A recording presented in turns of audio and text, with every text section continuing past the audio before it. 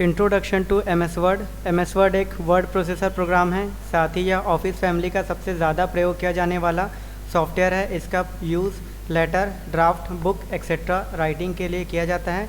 इसका extension .docx से होता है। आज हम एमएस वर्ड के बारे में पढ़ेंगे जो इसका 2010 वर्ज़न है। सबसे पहले हम माइक्रोसॉफ्ट ऑफिस वर्ड को ओपन कर लेते हैं।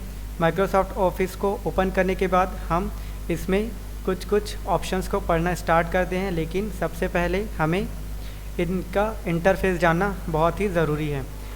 माइक्रोसॉफ्ट वर्ड का यूज़ किया जाता है टेक्स्ट से रिलेटेड किसी भी फाइल को क्रिएट करने के लिए।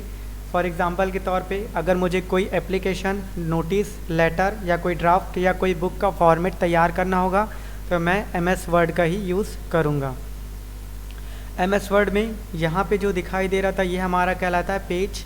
इसे हम पेज के नाम से जानते हैं। ये हो गया हमारा रूलर बार। ये होता है डॉक्यूमेंट का टाइटल। यहाँ पे जो कुछ छोटे छोटे ऑप्शंस दिखाई दे रहे थे इसे हम क्विक एक्सेस टूल बार भी कहते हैं।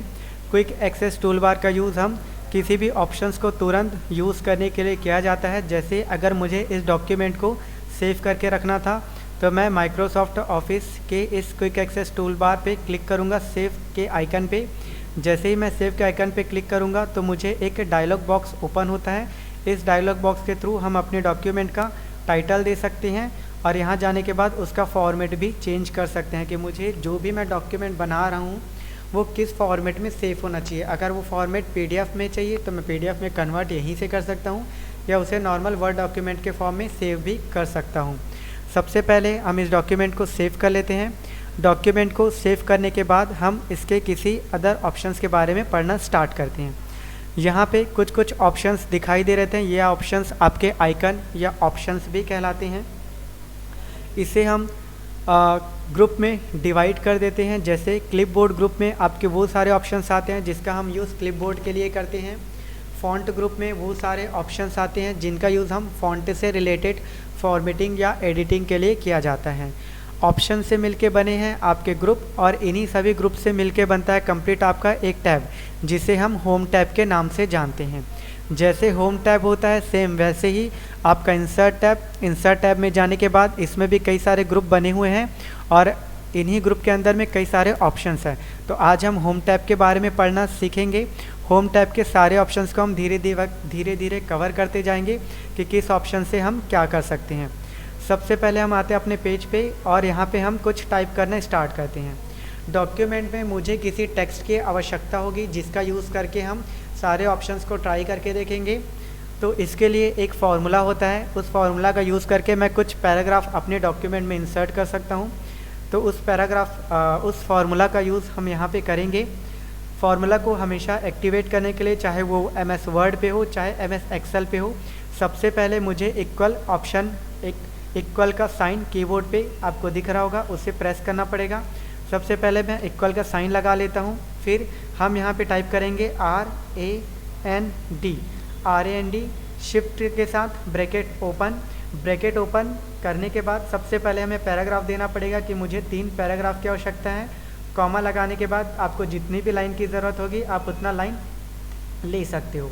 शिफ्ट के साथ ब्रैकेट को क्लोज़ करने के बाद हम एंटर प्रेस करते हैं। जैसे ही हमने एंटर प्रेस किया तो माइक्रोसॉफ्ट ऑफिस हमें कुछ पैराग्राफ हमारे प्रैक्टिस पर्पस के लिए कुछ पैराग्राफ प्रोवाइड करती है। तो हम इसी पैराग्राफ में हम इन सब ऑप्शंस को ट्राई करके देखेंगे।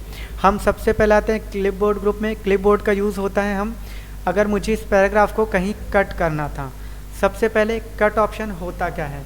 कट ऑप्शन होता है अगर मुझे किसी भी टेक्स्ट को या नंबर को या किसी भी ऑब्जेक्ट मीन्स टेक्स्ट और नंबर को छोड़कर जितनी भी सारी चीज़ें जिसको हम एमएस वर्ड में इंसर्ट करते हैं वो सभी आपके ऑब्जेक्ट कहलाते हैं। फॉर एग्जांपल के तौर पे इंसर्ट टैब में जाने के बाद table, picture, clip art, shape, smart art, chart ये सभी आपके ऑब्जेक्ट के तौर पे काउंट होता है।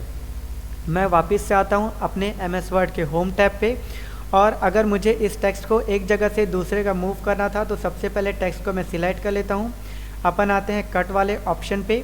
कट ऑप्शन पे क्लिक करने के बाद मैं वापस से चलता हूँ, कर्सर को वहाँ पे रख लेते हैं जहाँ पे मुझे वो कट किए हुए टेक्स्ट को प्लेस करना था।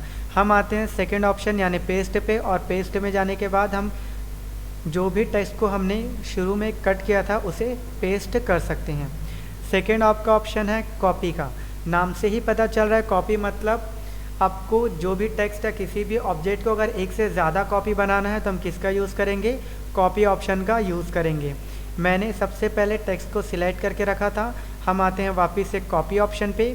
कॉपी को क्लिक करने के बाद आपको जहाँ पे भी टेक्स्ट चाहिए था वहाँ पे नॉर्मली कर्सर रखने के बाद हम पेस्ट ऑप्शन का यूज़ करते हैं। जैसे ही मैंने पेस्ट ऑप्शन का यूज़ किया तो सेम टेक्स्ट का कॉपी मेरे एक ऊपर भी आ रहा है और एक टेक्स्ट जो है पेज के नीचे में भी आ रहा है। अगर मुझे इससे ज़्यादा भी कॉपी चाहिए तो हम नॉर्मली ऑलरेडी हमने एक बार कॉपी करके रखा हुआ था, हम क्या करते जाएंगे एक एक करके पेस्ट को प्रेस करते जाएंगे और जितनी भी कॉपी हमें चाहिए होंगी उतनी कॉपी हम अपने डॉक्यूमेंट में वापस से ले सकते हैं। उसके बाद इसी में एक एडिशनल ऑप्शन होता है अंडू और रीडू का। अब ये क्या होता है, अंडू मीन्स होता है एक स्टेप पीछे आना, रीडू मीन्स होता है उसी स्टेप पे वापस जाना। जैसे मैंने अभी कुछ टेक्स्ट को कॉपी करके पेस्ट किया था, अगर मुझे एक स्टेप पीछे आना था तो मैं यहाँ पे अंडू ऑप्शन का यूज़ करूँगा। तो मैंने अंडू ऑप्शन पे प्रेस करते हैं, वापस से जितनी बार भी आपको एक एक स्टेप बैक जाना होगा तो प्रॉपर अंडू या रीडू ऑप्शन का यूज़ कर सकते हो। जैसे मैं अंडू ऑप्शन का यूज़ करके वापस से उसी फॉर्मूला पे रिटर्न आ जाते हैं। अब मुझे वापस से कुछ टेक्स्ट लाने थे तो रीडू ऑप्शन का यूज़ करके हम वापस से टेक्स्ट को रिकवर कर सकते हैं। फिर थर्ड ऑप्शन पे आते हैं। थर्ड हमारा होता है फॉर्मेट पेंटर। फॉर्मेट पेंटर का यूज़ हम किसी भी फॉर्मेटिंग को कॉपी और पेस्ट करने के लिए करते हैं। ये सिर्फ फॉर्मेटिंग को कॉपी करता है, टेक्स्ट को नहीं। तो अगर मुझे किसी भी टेक्स्ट को फॉर्मेट करना था तो सबसे पहले उसको फॉर्मेट करना पड़ेगा, फिर फॉर्मेट पेंटर का हम यूज़ कर सकते हैं। तो सबसे पहले टेक्स्ट को मैंने सिलेक्ट कर लिया। यहाँ जाने के बाद हम यहाँ से फर्स्ट ऑप्शन आता था फॉन्ट ग्रुप में आपका फ़ॉन्ट का थीम। मैं चाहूँ तो अपने फ़ॉन्ट का थीम यहाँ से चेंज कर सकता हूँ कि मुझे जिस भी फ़ॉन्ट में थीम चाहिए तो यहाँ से प्रॉपर अपन फ़ॉन्ट को चेंज कर सकते हैं। जैसे मैं अल्जीरियन फ़ॉन्ट ले लेता हूँ। जैसे ही मैंने अल्जीरियन फ़ॉन्ट लिया तो हमारे टेक्स्ट का फ़ॉन्ट भी चेंज हो गया। सेकंड आ रहा था साइज़ इंक्रीज़ या डिक्रीज़ करने का। आप चाहो तो एक एक करके साइज़ को इंक्रीज़ या डिक्रीज़ कर सकते थे। जैसे मैं 8 से लेके 72 तक मैंने साइज़ को इंक्रीज़ कर लिया। अगर मुझे साइज़ इससे भी ज़्यादा इंक्रीज़ करनी थी तो हम प्रॉपर दो ऑप्शन इंक्रीज़ और डिक्रीज़ का एक एक करके यूज़ भी यहाँ से कर सकते हैं। हमारा जो है साइज़ 120 से भी ऊपर चला गया। अब वापस से नॉर्मल करने के लिए हम यहाँ पे क्लिक करते हैं और कीबोर्ड से टाइप करेंगे जितनी साइज़ की मुझे आवश्यकता है। जैसे मुझे 11 की साइज़ चाहिए थी तो मैं यहाँ से 11 प्रेस कर लेता हूँ और कंप्यूटर के कीबोर्ड पे एंटर प्रेस करेंगे। जैसे ही मैंने एंटर प्रेस किया तो वापस से इसकी साइज़ 11 सेट हो गई। तो हम यहाँ से साइज़ को इंक्रीज़ या डिक्रीज़ कर सकते थे। नेक्स्ट ऑप्शन आते हैं केस का। ये होता है आपको डॉक्यूमेंट किस फॉर्म में चाहिए था। जैसे मैं किसी नीचे एरिया पे आ जाता हूँ यहाँ पे। अब मैंने कोई टेक्स्ट लिखा, जैसे मैंने अपना नाम लिख लिया। अब मुझे इस टेक्स्ट को प्रॉपर सेंटेंस केस में चेंज करना था। तो सेंटेंस केस होता क्या है, सेंटेंस केस में आपके पैराग्राफ का फर्स्ट लेटर कैपिटल होता है और बाकी सारे लेटर्स आपके स्मॉल लेटर्स में कन्वर्टेड होते हैं। तो मुझे क्या करना था, इस टेक्स्ट को सेंटेंस केस में कन्वर्ट करना था। तो मैं जाऊँगा चेंज केस पे और यहाँ से हम उठा लेंगे सेंटेंस केस ऑप्शन को।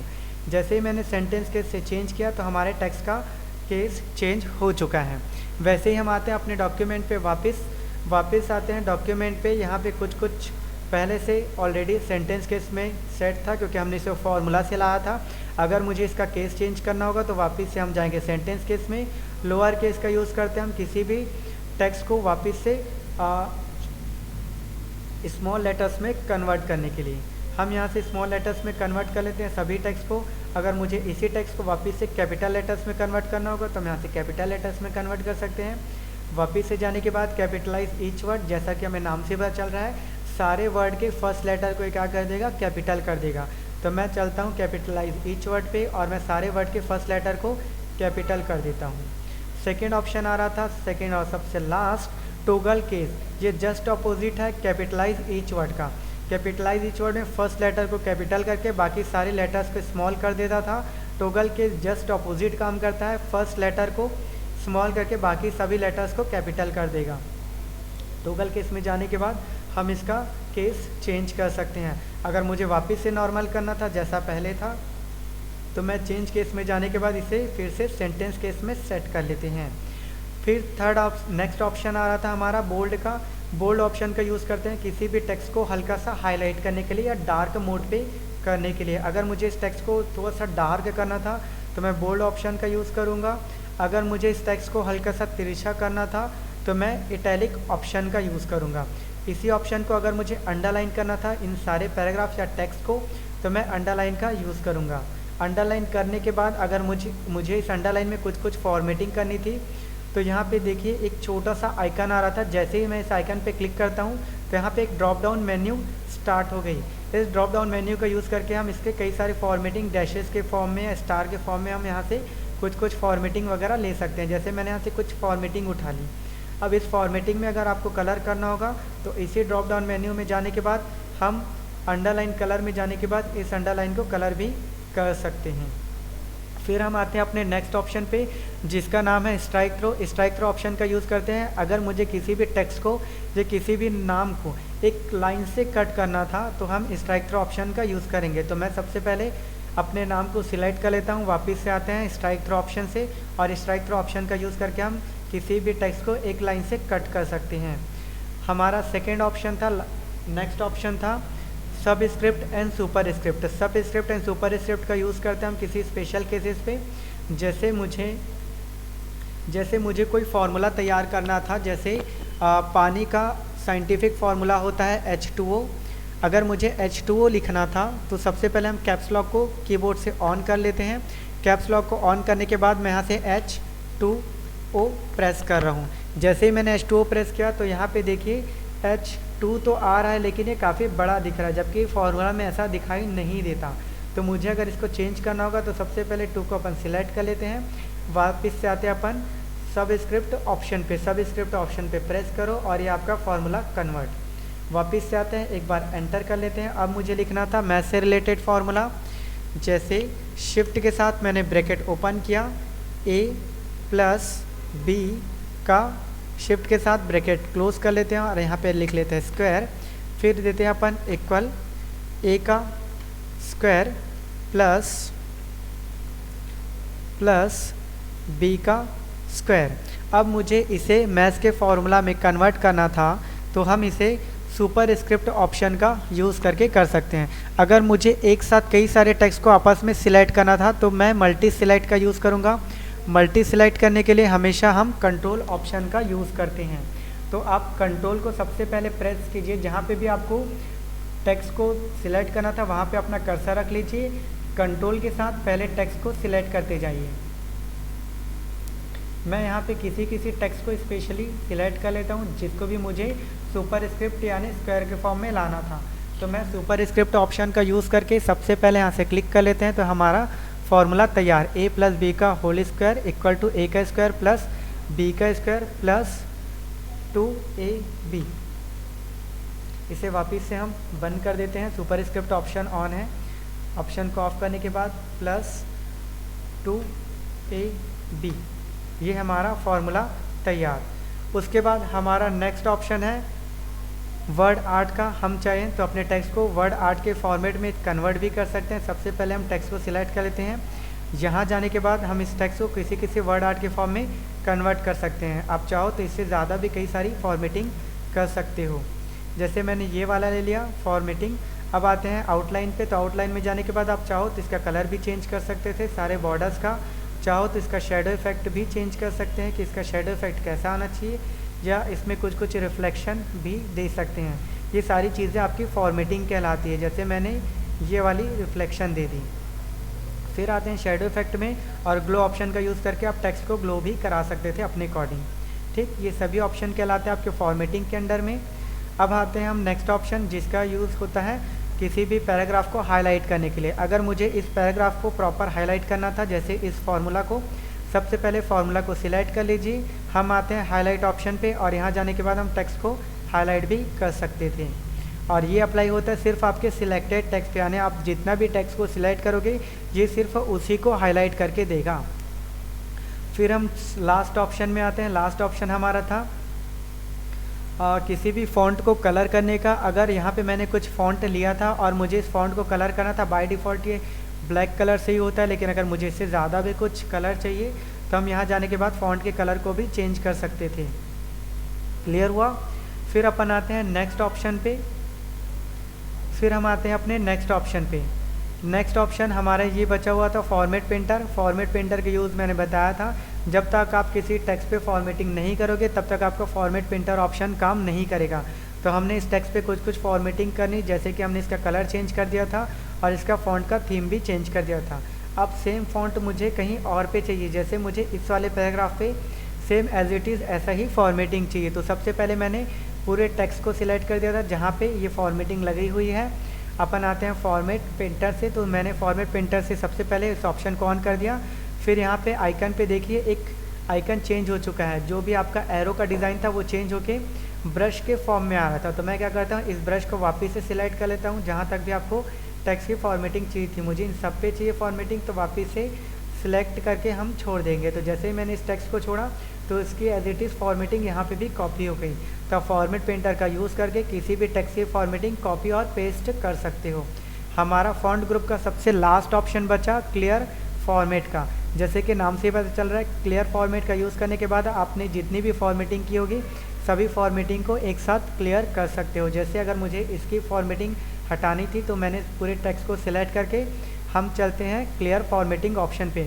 जैसे ही मैं क्लियर फॉर्मेटिंग ऑप्शन पे क्लिक करूँगा तो यहाँ पे हमने जितने भी फॉर्मेटिंग की थी वो सारी फॉर्मेटिंग क्लीन हो जाएगी और वो टेक्स्ट वैसा ही दिखाई देगा जैसा कि हमने शुरुआत में रखा था। तो आज आपका क्लिपबोर्ड ग्रुप और फॉन्ट ग्रुप कंप्लीट हो गया है। इसके बाद हम जो है पैराग्राफ ग्रुप के बारे में पढ़ेंगे।